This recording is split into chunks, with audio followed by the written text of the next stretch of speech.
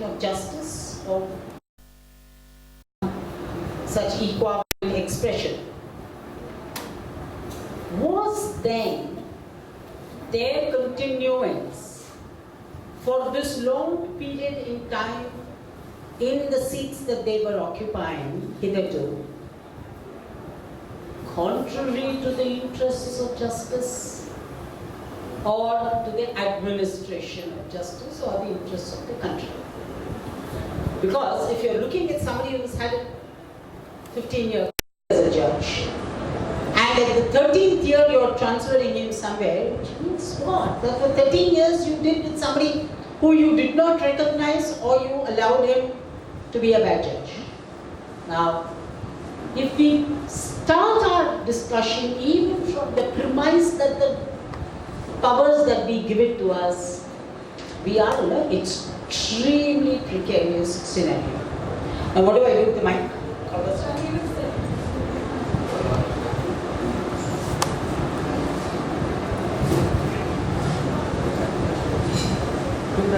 This mic.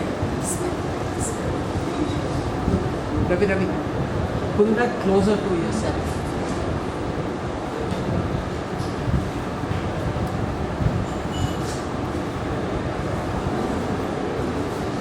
Yes. Yeah.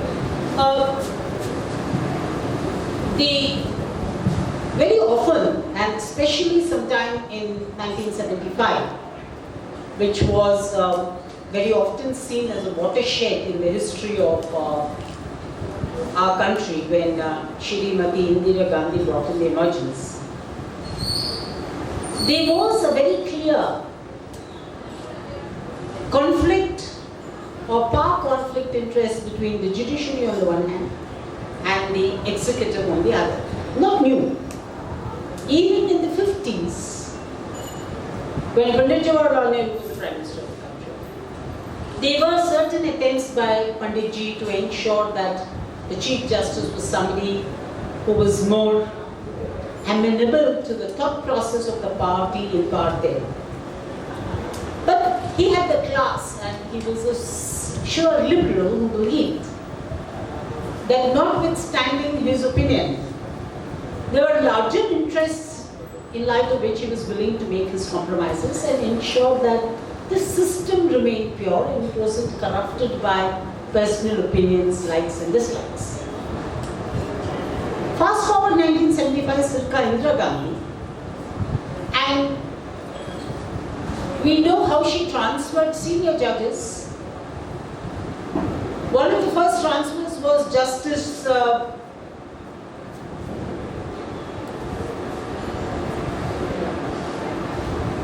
who came to Andhra Pradesh, Justice Sept, who came to Andhra Pradesh from Gujarat.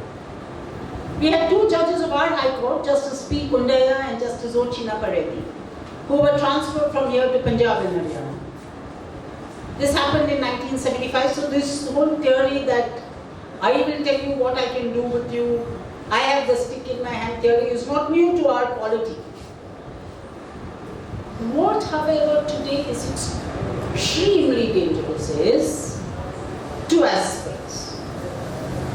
An alarmingly intolerant executive on the one hand, and a judiciary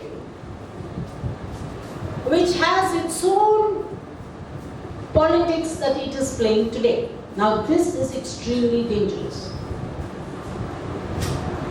There is a story from the Indian epics which deals with Lord Rama stamping on an aquatic animal. I don't know which of it. And when he takes his foot off and he sees that he's been stamping an aquatic animal, he converses with the animal and says, "Why did you not complain when I was trampling on you?" The animal retorts, saying, "When other people do injustice to me, I shout out, 'Oh Rama.' But when Rama himself does it to me, who do I go to?" Therefore, the last sentinel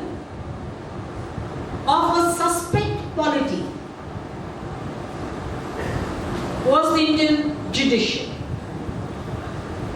Today, questions of its credibility, its efficiency, its integrity, and its intelligence in the context of social dynamics are up for question. In a system of flux, a growing society, a society moving from what people perceive today in large numbers as from wrong to right or wrong to correct, and they equate it as left to right. The flux will have telltale signs, and the fabric of the society is bound to have crumbling spaces. I hope that I'm a born cynic. So I hope that what I perceive as doomsday is the product of a cynic, and that this polity will turn around and find its self-adjusting mechanisms, or statesmen like messiahs will come to head the Indian judicial system and correct it. The fact of the matter, however, today is that it is skewed, it is fractured, it is hurting, and when it hurts, at some point in time it could become self-defeatist. We have two instances about whom we are talking in most recent times. We have the Lady Chief Justice of one of the biggest courts in the country, Tamil Nadu, with I think 36 or 38 judges right now, and she is going to a High Court with 2 judges, Meghalaya. The other is Justice P.D. Sanjay Kumar in our backyard, and Justice Judge number 2, who is being transferred to Punjab and Haryana as Judge number 12. Now, to some of you who are not very familiar, we must understand that judges 1 to 3 and 1 to 5 in the hierarchy of that court are people who have spent substantial time as judges of that court, who have been conferred with huge administrative powers qua the judiciary, like they have a say in the appointment of municipal magistrates, they have a say in the appointment of district judges, they have a say in the postings of the lower judiciary, they have a say in what are the mechanics of the judicial system on a day-to-day basis, and most importantly, they have a say in the appointment of the next batch of High Court judges. Here lies the sting in the tail. What is happening, and it's no longer a secret. Judges 1, 2, and 3 of the High Court sit down in a consultative process, identify X number of people, and suggest these names to being judges of the High Court. What happens is the opinion of the Chief Justice. It is the job of the Chief Justice to send them in a series of judgments. This process has been crystallized. Incidentally, there was a debate on this conflict of powers when the Narendra Modi government came to power in its first term. They came up with a statute called the National NJEC, was what they wanted to constitute. An independent commission that would appoint judges to the High Court is what they looked up, and the Supreme Court struck it down. Interestingly, our courts are the only, I think, subject to verification, arguably one of the only top countries in the world which selects itself. And unfortunately, the entire selection process is characterized by a very high degree of opaqueness. So what we are doing with it, literally, is we are handling Dr. Jekyll and Mr. Hyde. Dr. Jekyll wears his robes, comes and sits in a court hall, endlessly propagates the idea of transparency in decision-making process in the country. The only area where they do not interfere on the ground of transparency is legislations.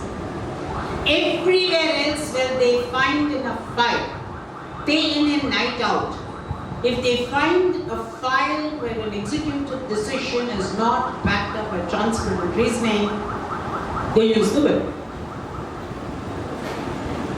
The moment they remove these robes in public, they sit in their chambers with their ties and their sofa and their suits and say, now let's appoint 3 people, 5 people, 7 people as judges of our High Court. And there's absolute opaqueness. The rules change. It's the Chancellor's foot that decides it. After this long-going battle between the government and the judiciary, and a contextual recall, I told you it is not new, it is nothing to do with the present government in power. It has been a constant conflict about who decides what is to be done. Weak governments, strong judicial responses. Strong executives, weak responses from the other wings of the system. Therefore, today,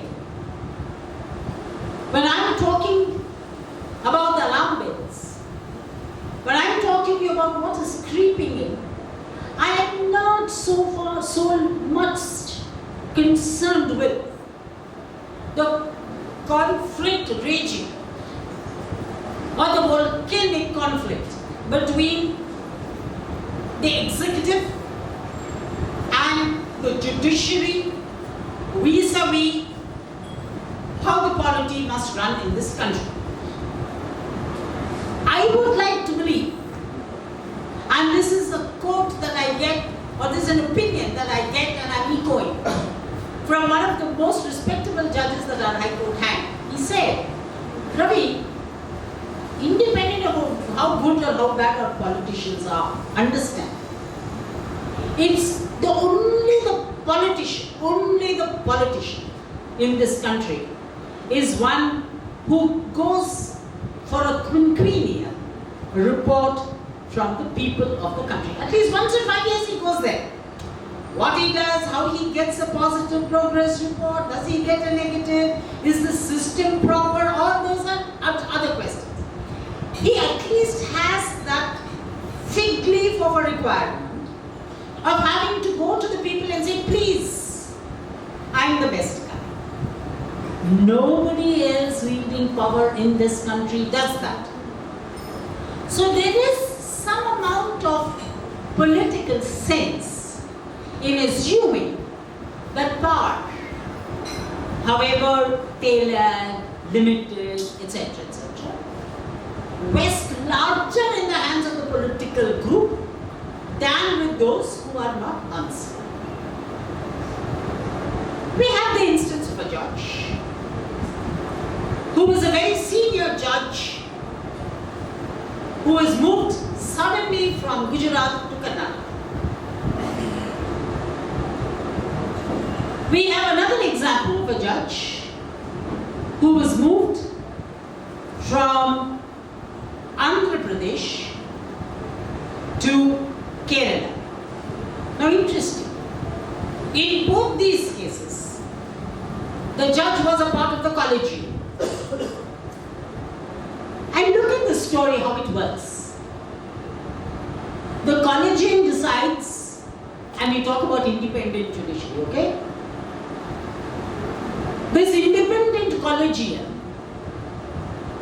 sits down to decide who should be the next rank or the next set of judges for the High Court. Now, notably, this is an administrative function of this collegium, and this is neither mentioned in this constitution nor in the general public law. It is something that came through judgments in what we call the judges case 1, case 2, case 3. And therefore, this collegium that has the power of nominating judges to the High Court and the collegium that decides the judges to the Supreme Court carry out a strictly administrative function. However, getting appointed as a High Court judge, even in these days, is seen as a matter of great prestige. And therefore, today, except age and income tax, and a few maybe negative factors, there are no objective criteria on the basis of which you tick boxes and get people to be appointed as judges of the High Court. Therefore, all and sundry can become High Court judges provided these three untrained administrative judicial persona decide on three names to become judges of the High Court. Now, how does this dynamics work? These names go to the Supreme Court, and then the Supreme Court decides this High Court has done a wonderful job. Here are their lovely names. We are certifying them. We are sending it to the central government, and then the central government will go about it, not germane to what happens in the context of what I'm talking. Now, what happens here is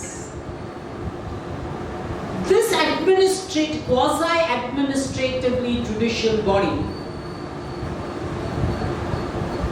gives feelers, inverted commas, from the apex court. Now, what do I do? Suppose, let's take an extremely theoretical and, God forbid, and highly impractical possibility. I leave it to your common sense to find out whether it is possible, whether it is operative.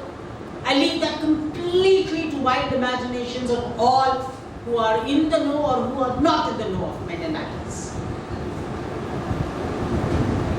Let's assume somebody in the apex court takes a fancy for some guy like me, who's useless, who has no cases, who can't argue cases, but has an ambition to become a judge. So, मेरा लड़का है, बहुत अच्छा है, मेरी बात सुनता है. So, I'll do something. I'll tell one of the High Court collegium judges, say, get this guy, send his name. Or they don't even tell the collegium judges, they know they have to tell the chief, so they won't tell the chief. Chief says yes. You know why chief says yes. Otherwise, Manipur, Himachal Pradesh, any of the hilly areas where you can enjoy the panorama, and move from a court which has 35 to 40 to 50 judges to a court that has 7 or 6 or 5 judges. Now, suppose one of these 3 judges in the collegium writes saying, I don't like this man for these reasons, he's done it all. What is he doing? He is not cooperating with the judicial system in the state, therefore I can transfer. That much for the collegium system, which is the call that the judiciary took when it dealt with the NJAC case. Interestingly, we have 2 quotes to give you. I am going to read out.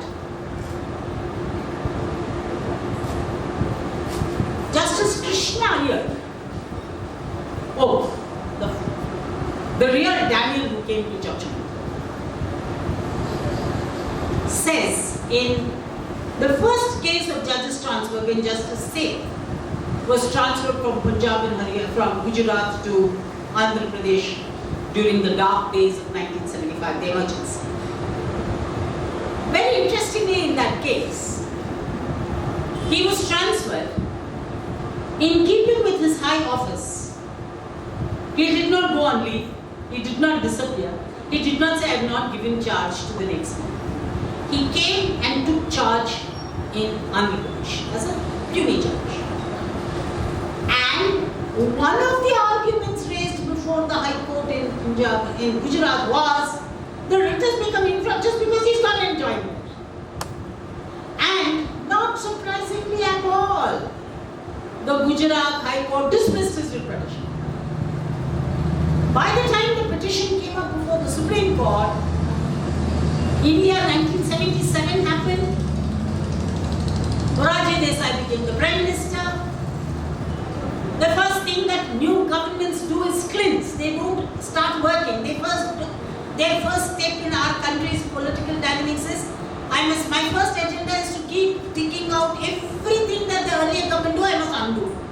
It can happen in Andhra Pradesh, it can happen in Delhi, it can happen in Karnataka, it can happen wherever. You name the state, it will happen. So, the then government of India agreed with Sept and said, there are no reasons why he is needed to be transferred. We are bringing him back to Punjab and Haryana, to Gujarat. So he went back to Gujarat and therefore the matter was to die. Because there is no issue to be adjudicated upon at that point in time. But interestingly, Justice Iyer says there, and I quote, this court has no crystal ball to foretell, no radar to detect the possible interference with the judiciary by the current or the later Council of Ministers. Another quote from the very same judgment.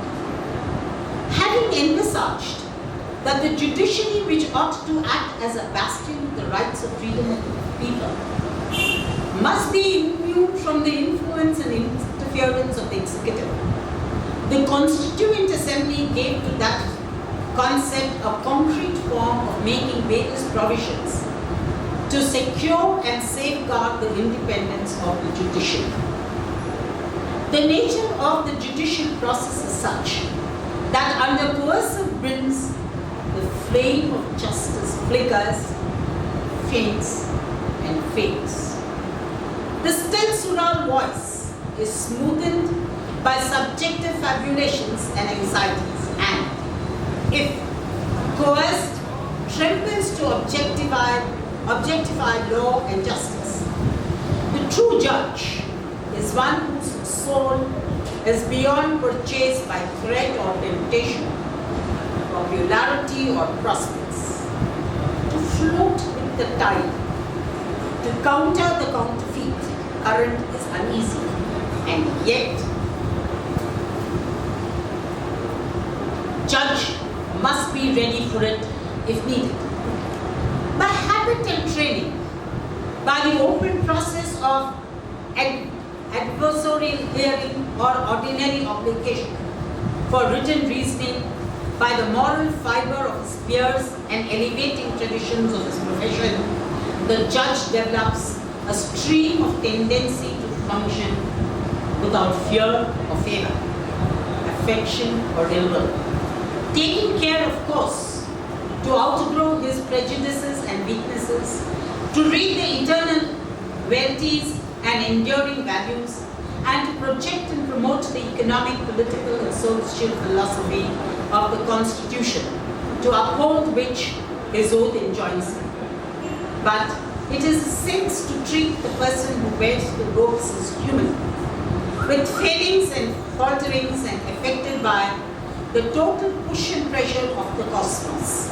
And so, environmental protection of the judicial excellence from executive influence by transfer or other deterrent is in public interest. Look, how much time do I have? I have got to ask. When do I shut up? Sorry? You got one more hour. One. So I'll stop in about 15 odd minutes and then take it for questions. Now look how we have moved and moved very steady. Today, and if you look at what I have said in the, what has been stated in the explanation to the topic on the WhatsApp that some of you may have received, it says we are dealing with the crisis in the Indian judiciary today. And like Gidwani spoke in Tipu Sultan, the crisis is not as ever so often from outside as it is from within. It's cliched to say, I'll take care of my enemies, God save me from my friends. Here there's an even more lofty expression. They don't call themselves friends, they call themselves brothers. There is something wrong in the affairs of Denmark. I have no doubts about it. Blood is spilling on the corridors. It is easy to place at the doorstep of the executive every evil or every ill that eats our society. Here is one where it does not have to travel the distance from the corridors of the Supreme Court to the house or the office of the Prime Minister or the powers that be in Delhi. We have a person who has been appointed as the Chief Justice of the state of Telangana approximately a few months ago. Look what a great man he is. Within months of his coming as number one, he understands, as I am told, that the number two of the court for judicial administrative reasons needs to be transferred out of the state. Which is either a reflection on his brilliance or on the efficacy of the men who occupied that office a few months before he did. Now the whole problem is not where lies the truth. To me, the problem is even more fundamental. My problem is your refusal to put yourself up to analysis on the truth. Opaqueness gives rise to all kinds of rumors. It gives rise to all kinds of beliefs,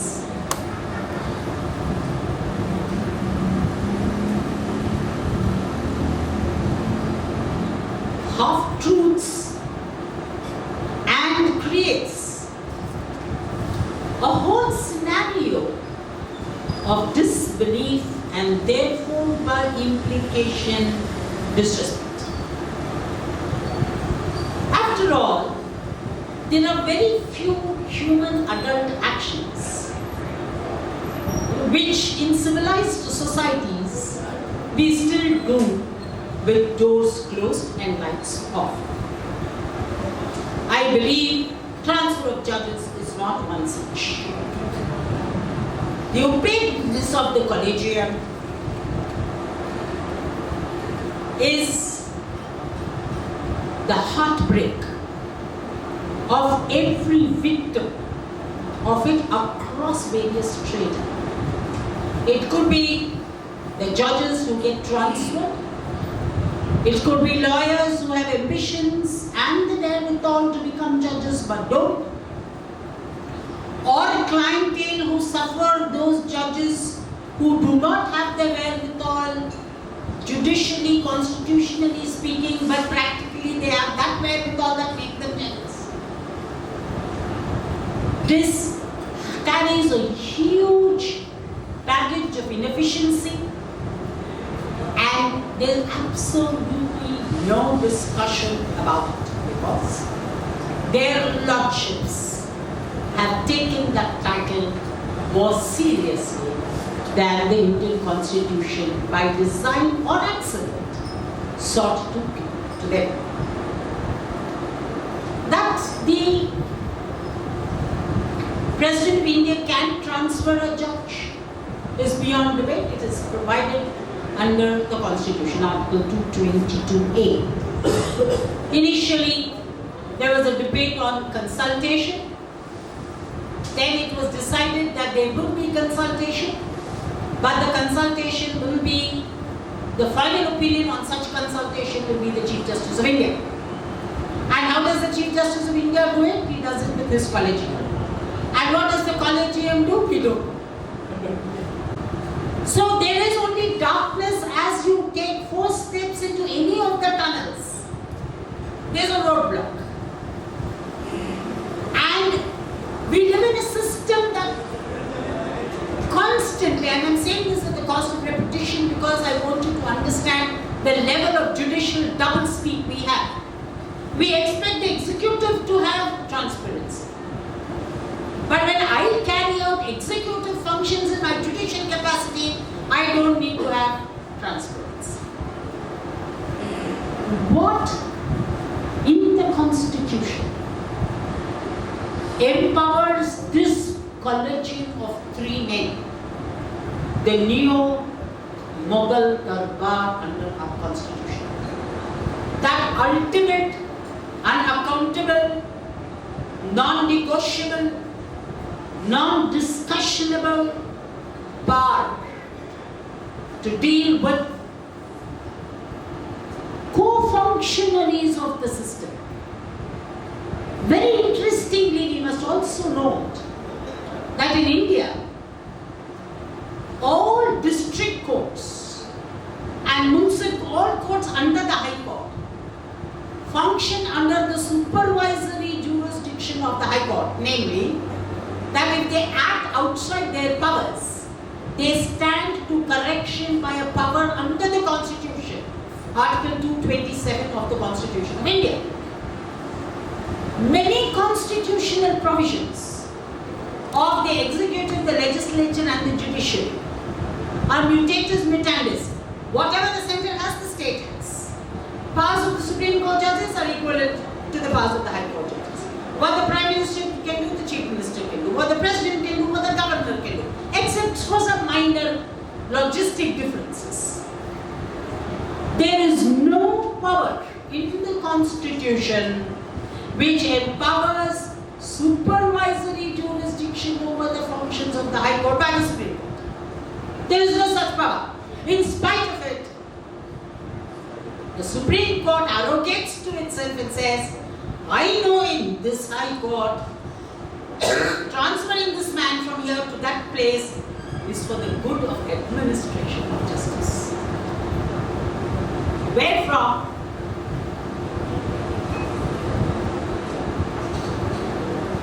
it inherits this power, is at least, I am an uninformed constitutional lawyer on this aspect of the law. Let me confess. Neither my experience nor my research has thrown light till date on the subject. Lord Marshall, first Chief Justice of the Supreme Court of America, said, the law is what we say it is. American constitutionalism, like all other societies where the rule of law functions, has had its ups and downs. And notwithstanding the contemporary pulls and pressures of that quality, they have a high degree of transparency, which is a great insurance against abuse of use of power. And today, it's the exact opposite of that pendulum swing that the Indian judiciary finds itself comfortably seated. To push this out of this inertia, to push it out of this constitutional illusion that it is all powerful because it is 1, 2, 3, 4, and 5, and that it can just make an announcement to its secretary that if necessary we will make public the reasons why we have transferred people, I think is counterproductive to the powers that are, to the cause that they have taken both to stand up. They do extreme injustice, because if the cause to which they are transferring people from court A to court B, one question that goes a begging is, if I am not good enough to be a judge in court A for judicial reasons, how am I good enough to be a judge in court B? Are you saying I only suffer from pushes and pushes which are internal, and I insure against push and pull outside my geographical territory? If that is so, it's an extremely suspect argument of political science that a person with basic knowledge of history and political science will poo-poo in 2 minutes. If it is administrative, then a judge is required first to carry out judicial function. Administrative is incidental. How do you place the cart before the horse and say, because he's bad administratively, I'll send him somewhere else? And what do you mean when you say he's bad administratively? Is the public entitled to know about it or not? Let's assume for a minute a certain judge of the AP High Court was transferred from judge number 2 to judge number 12 or 14 in Kerala for better administration of justice. Now I don't know what that means. Was he writing bad judgments? Was he writing dishonest judgments? And if he was doing either, I think the public have a right to know it.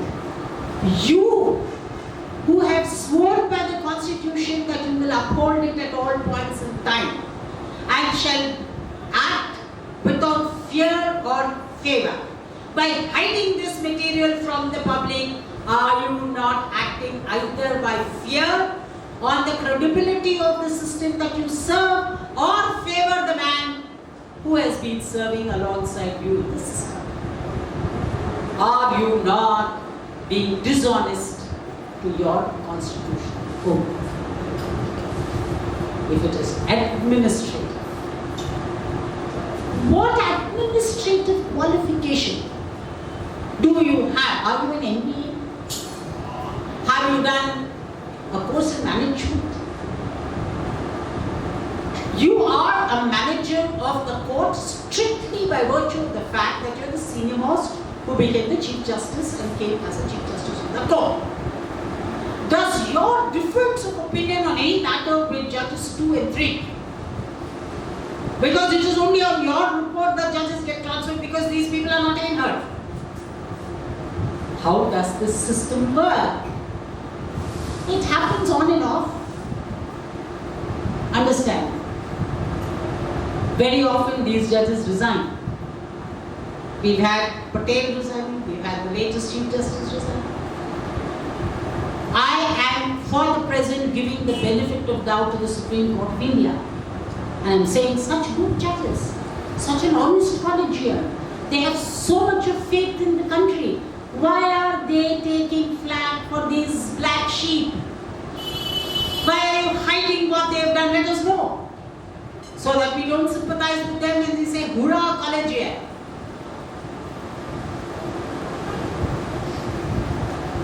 I think in the first spell of Mark Antony's speech, he said, "Men have lost their reason, bear with me. My heart is in the coffin there with Caesar. I must pause." Thank you, ladies and gentlemen.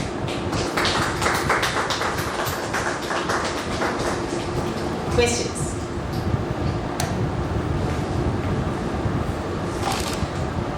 Of court cases, right? On live stream. Live stream. I actually think it's an administrative decision. It has nothing to do with the judicial process. And it's been a year or so that we got this judgment when Justice Mishra retired last year with this whole week of judgments. Yeah. I don't see this part of the administration progressing anywhere. While the current Chief Justice is going to retire in a month. Yeah. Maybe. Yeah. Maybe, given the kind of windbags we are trying to get some bandwidth For the Supreme Court. to ensure that the systems don't crash. No, but no, seriously. It takes a lot of time for the apex court to translate what it says. For many of us, it takes a lot of time to understand what they say. And often what happens is, rulings colored by personal opinions. Judges and systems find a route to wink at it. I have my favorite theories, I try to push it in, I go. Everybody else knows it is not his theory, therefore he can go on. Look, for example, yesterday or day before yesterday, one Supreme Court judge, senior Supreme Court judge, faults the government of India for not coming up with a uniform civil code. Why? A uniform civil code is one of the many goals set up under Part 4 of the Constitution of India. Just give me a minute.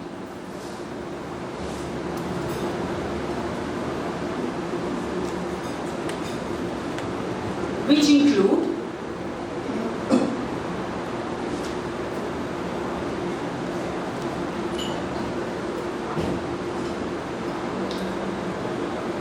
secure a social order for the promotion of welfare of the people. Principles of policy to be followed by the state. Equal justice and free legally. Organizations of village panchayats. Right to work, to education and to public assistance in certain cases. Provisions for just and humane conditions of work and maternity relief. Living wage for workers. Participation of workers in management of industry. Promotion of cooperative societies. Provision for early childhood care and education for children below the age of 6 years.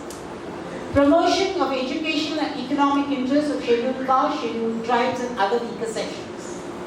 Duty of the state to raise the level of nutrition and the standard of living and to improve public health. Organization of agriculture and animal husbandry. Protection and improvement of environment and safeguarding of forests and wildlife.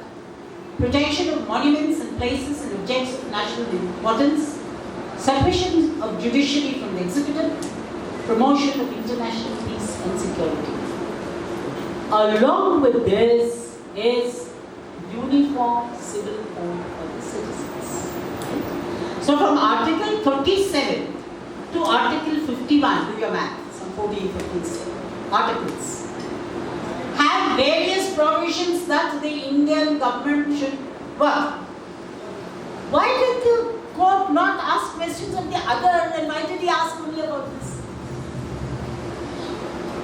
Was there any prioritization of any of these? No, not at all. Just for you to Not submit? at all. And might we know there is No, not at all. Unless you say numerically 44 is more important than 46. astrologically? Then the fundamental rights are far more important than the Indian judiciary. So the Indian judiciary could have dealt in that. So that is a huge crisis in the sense there is no way you can execute an order of the Supreme Court.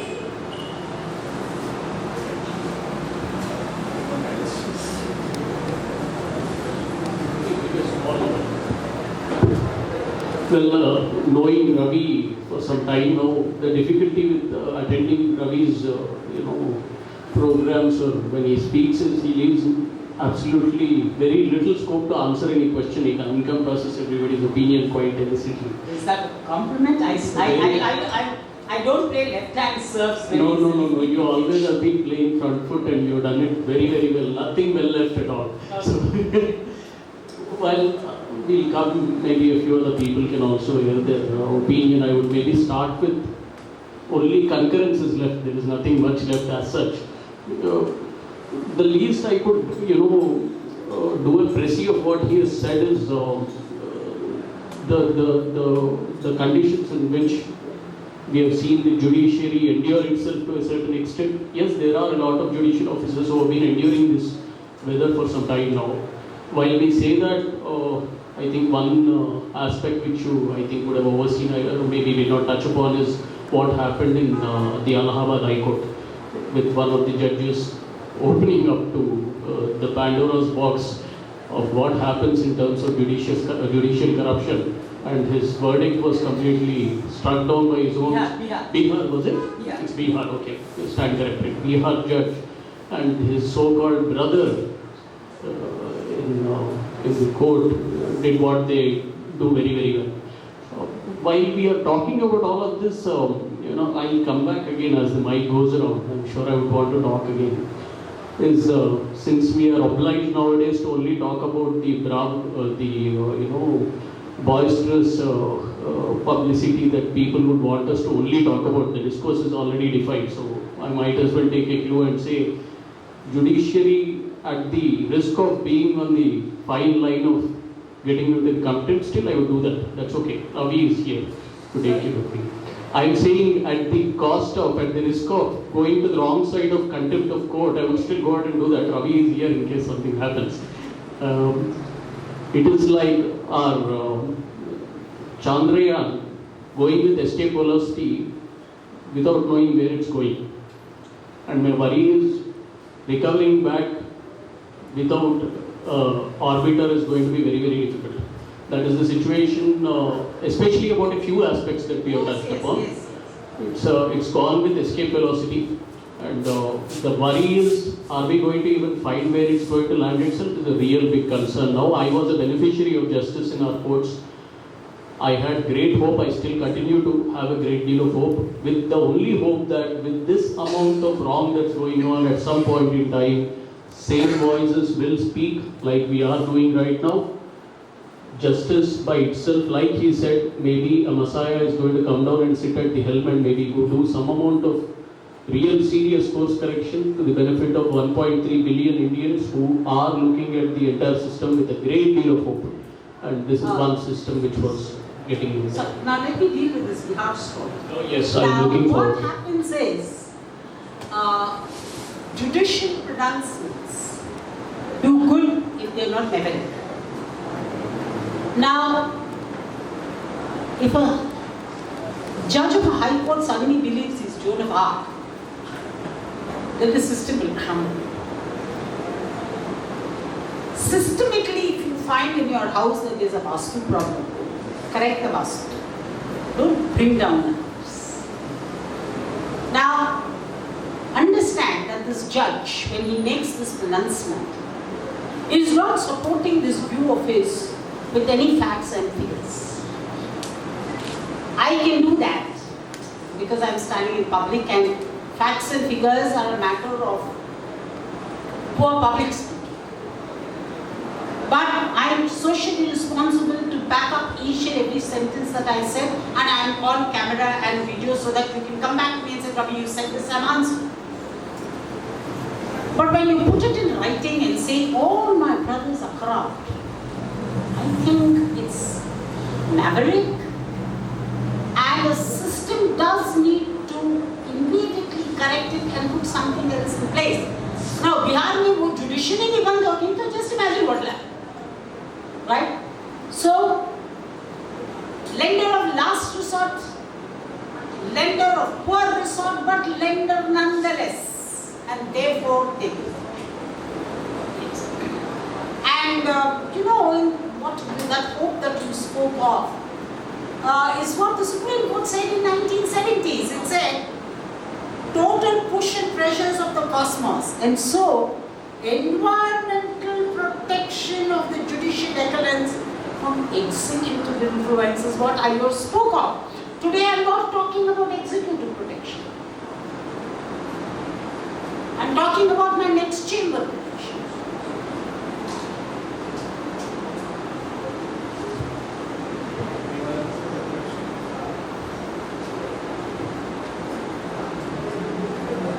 Maybe another point which we could dwell upon is, like you had mentioned, in terms of executive versus the own supposed brethren with the robes on. There were two scenarios that we had discussed. With a very strong executive or with a very strong incumbent government, the judiciary tends to take the defensive, and then the vice versa. The vice versa is not much to get too worried about. Most of the times, at least some amount of, I don't know, again I would like to take your insights, when the judiciary gets to take the front foot with a not very strong government, which is already either in minority or with a little bit of this thing, the judiciary tends to step forward and starts getting Yes, it decides what kind of licenses should be given, what should be done. Look at judgments of Justice Singhvi when the Manmohan Singh government was in power. Exactly. Not acceptable. Exactly. So with these two contraries in place, my question is, there is another, like the journalists become, the media becomes the fourth pillar.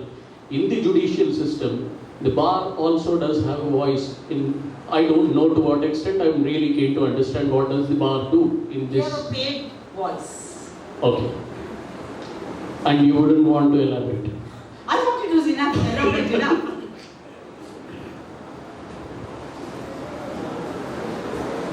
See, I'll give you a very small example.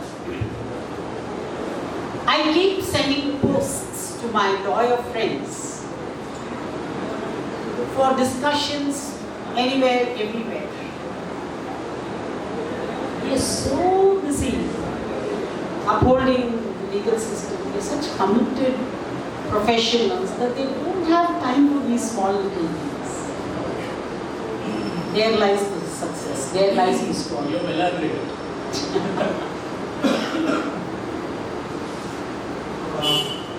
Any questions?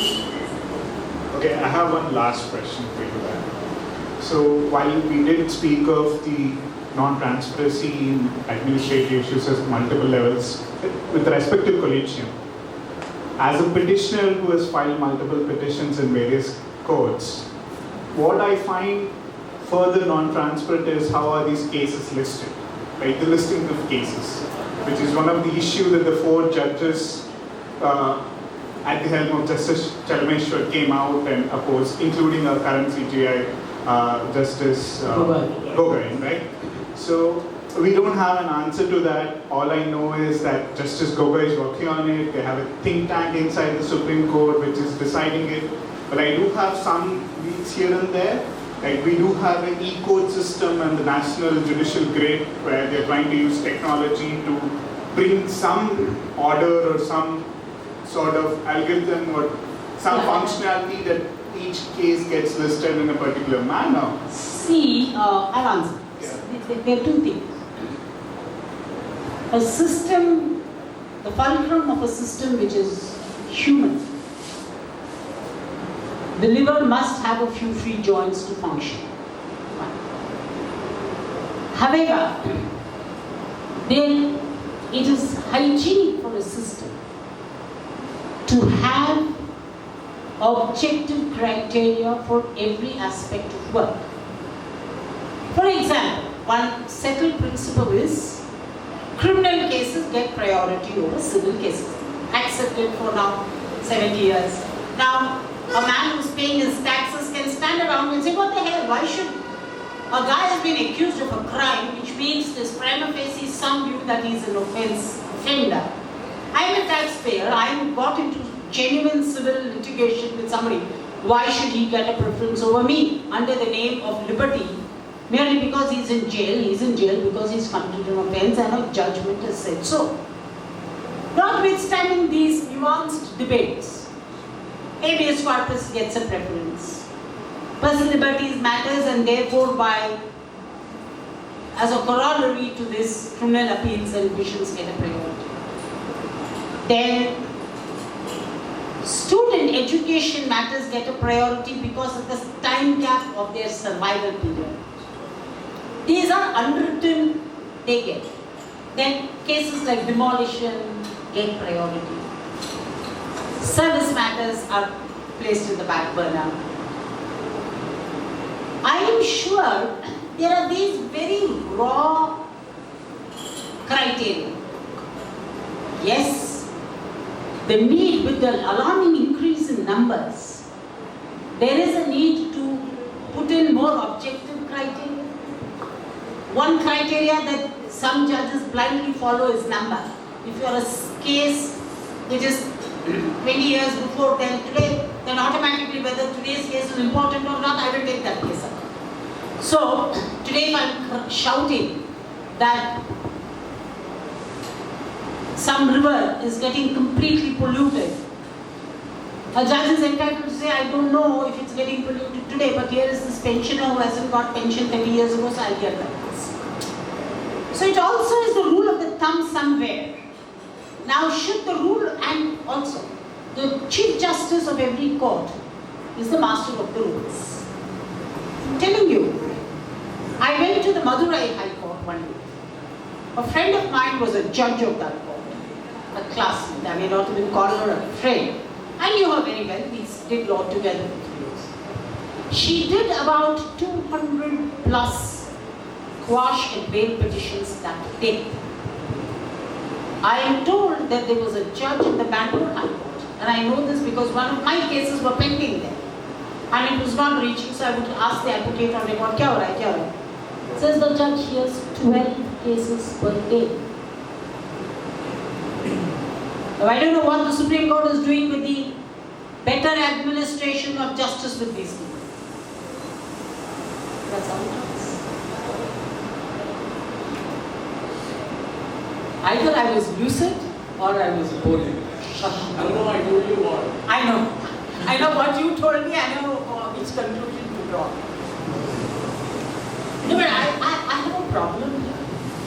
Not that you're not asking me questions, but that even an August audience does not have serious questions to ask about a system that is crumbling. That is a matter of concern. Or in the WhatsApp university, we keep saying so many things, but in public, we shut up. Question. So, my name is Akash. Name is? Akash. Akash. So, recently we had encountered a case where a Supreme Court staffer had accused a CJI of sexual harassment. So, the report is yet to be released in this September, this month. So, the case cites that, citing a news report, Justice Loker said the internal committee was set up by CJI Gogoi himself, and he himself heard the case. Yes. Now, the point is, if myself I'm accused and I'm hearing my case myself, how would I convict myself? Absolutely. It was, the problem with that case, in Gogoi's case, where that lady had complained of Me Too. Yeah. There are two lady judges of the Supreme Court and one more gentleman who give a clean sheet to this Chief Justice of India. Let's take a parallel example. There's a charge of corruption against the Union Minister for Petroleum. The Prime Minister constitutes a three-man committee comprising of the Railway Minister, the Finance Minister, and the Defence Minister. These three people give a clean check to the Power Minister. What will the public in this country do? I think I've answered your question. Look at the uproar that will happen. What happens to the executed? Completely the judiciary has some kind of an unwritten guarantee slip to get away with mayhem and murder. My point is, where do you get the justice? My answer is that, unfortunately, the system is so imbalanced that anything under the authority of a judge is a biblical truth and nothing thereafter. I think, true or otherwise, they should have said, let this matter go to public trial. But then it has another problem. Every time this important judgment is coming up, you can throw a mark on somebody. And then that man will have to recuse himself. But the system will have to find a midway. It can't err so much in its favor and against the accused. There must be some midway. And the midway could not have been the Chief Justice constituting his own committee. So isn't there an ombudsman system in the judiciary? No, there isn't. Why? Who will judge? Who will police the police? Who will judge the judges? That's the big question We have to again. bring it under the constitution. We have to. The Constitution doesn't provide for it because they see that as a possible platform to bring down the independence of the judiciary. So what independence are we seeing now when they are self-serving in the entire process? That is Where is the why correction? Swami Satchitananda or something, I don't get the name, addressing the Constituent Assembly, he said, after all this, if this document fails us, we must take solace in the fact that it is not the Constitution that failed us, but that we have failed the Constitution. This paramount parchment assumed, and very naively, if I may say today, the conscience, Exactly. the character of the people who will manage over a period of time. Also, this is not so much an open-handed compliment to the freedom fighters, the politicians of today. No, I'm not saying that. I'm saying time itself will change. See, as you denominate different eras, this constitutional did not provide for that denomination. And that is the error of this constitution. So what is the way we correct it now at this stage? Does it call for destruction and I would believe one of the ways, they will have to come from the streets. After all, every reform in a society comes from the street. If one fragile old man sitting in Delhi could get governments to pass a law for ombudsmen against political powers that be and bring about a Lokayukta Act, why not an Ombudsman Act for the higher judiciary in the country? should be there? We should. Let's start fighting for it. Not that I have my vote. You have my vote for it.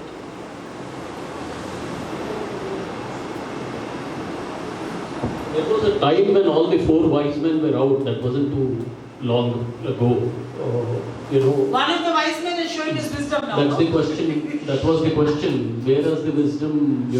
Was there too much of effervescence in the wisdom? What's the wisdom? See, wisdom is like a French fashion. Okay, By the time you go home, it is changed. already. I think by the time the cat walks back, it's gone. Correct. It doesn't last the catwalk. Okay. On the serious note, Ravi. No, it's a very serious thing. It's just the simile that seems frivolous. But I'm telling you, Justice Gogoi was a part of the four-man press conference that spoke about the ills of the society, about how people, about all not being nice there. Has he created during his tenure as the Chief Justice? More so in the dying moments of his stint as the Chief Justice.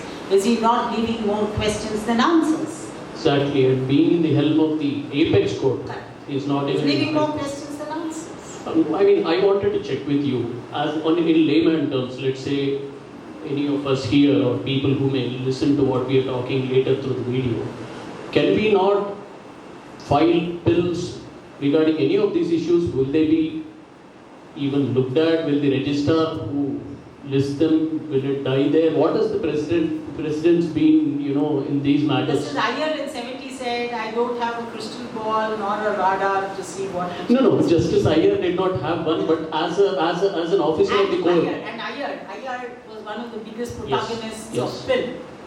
No, you can fight it, I have no doubts. What about the RTI? Can you use the RTI? No, you can't, because in It some doesn't matters apply. they've already said our judicial processes, our administration is not subject to RTA. They've said so. But with the 3-decade experience that you have as an officer Yeah, of the that's what court. I'm telling you. Firstly, if you file a bill in the Supreme Court, I don't know when it will see the light of day. And please understand. It's that same crap in the Rama story. Who am I complaining about? The man who's doing it.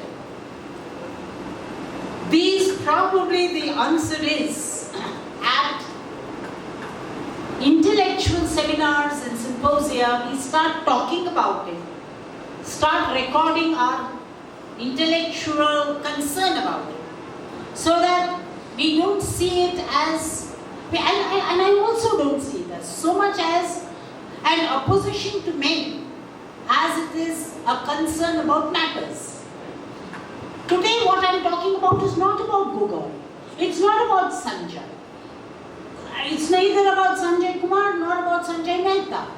It is about the opaqueness of the system, about how the best of decisions are likely to be abused, misunderstood, therefore come out, is my scream. So it's not about men. It's about ensuring an insurance. Let's do it. Will 30 guys in Makaan do it? I don't know. But 30 men in Makaan can be a multiplier. How many people walk with the Mahatma at Dandi?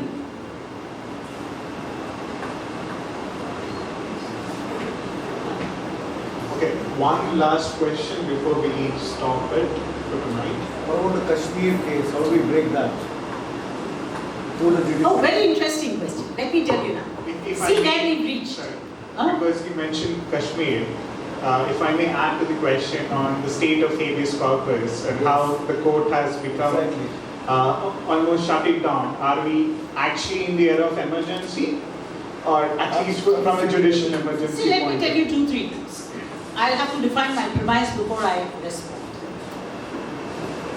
First, his question about, what was your question? The Kashmir case, 370 as well Sorry? Application of Article 370 and 35. Yeah. as See, Kashmir case. What do we do? now, Kashmir is both a legal, an international, and a political issue.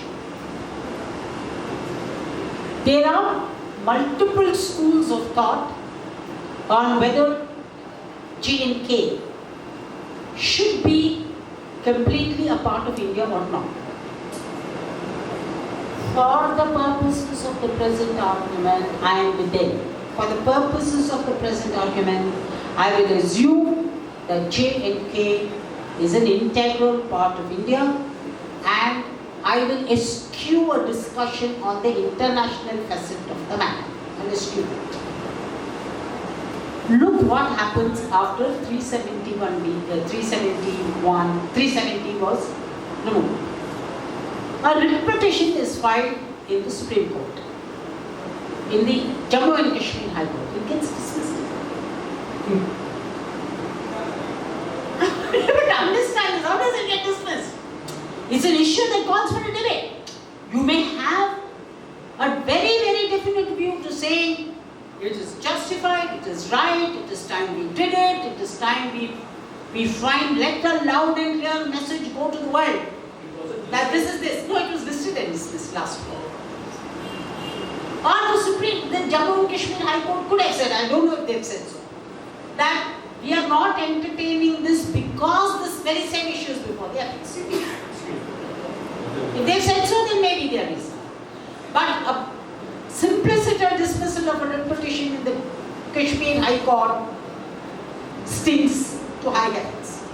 2, I have a problem not with the removal of Article 370 or Article 30, 25, so much as the bravado that followed it, the tragedy behind it, and the silence thereafter. Now, these are very, very dangerous signals.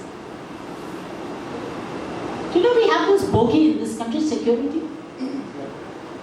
I don't know how often you have gone to, you travel by air. Unfortunately, I do it very often. It is so painful to stand before that security guard who's checking you when you are standing. Every time I make it, I have not lost hope on humanity. I still stand up, I put up a smile, I look for his name, I say hello, how are you, kaise ho, and I walk. He's so stern, he looks at everybody as a road. हर साला चोर है दिखता है. That is not his job. No, it's not. That is what I'm telling you. Go to the West. I have gone to quite a few airports in the West. I have been to an airport in Frankfurt where the guy behaves exactly like this when he sees somebody with a brown skin. I have gone to umpteen airports across east, west, north, south of the United States of America. They are very pleasant. They don't see you as a fool. They say A, B, C, D. They are very clear. ये सब निकाल के आओ, आप जा सकते. Now, I'm telling you today, in Hyderabad, I'm required to remove my belt. Which was the last airport I traveled from. I was not required to remove my belt. Chandigarh, I'm not required to remove. It is quite different in each place. Right. Okay, so what do? Saab zara belt bata. Also understand. I know to read boards. That much English I learned in school. So if there's a board which says remove the belt, I remove the belt. And a very interesting scene. Nowadays everybody is around playing with their pelvic area right after the security putting up their belts. So there is a board. There are people who can't read the board. What I'm getting at is, why are men in power assuming their duty as coterminous with authority? It's not. If you understand that you're a cog in the wheel and that you may have an extremely sensitive role to play, but it's not a judgmental role, then it is fine. The problem with my judges is, instead of judging, they are judgment, and that is where the problem is. Going back to Kashmir, yes, I think the manner of its execution is extremely unacceptable. The larger philosophy, too long a subject for discussion and debate. I am not entering it, not because I don't have a viewpoint, but because I don't think it is contextual.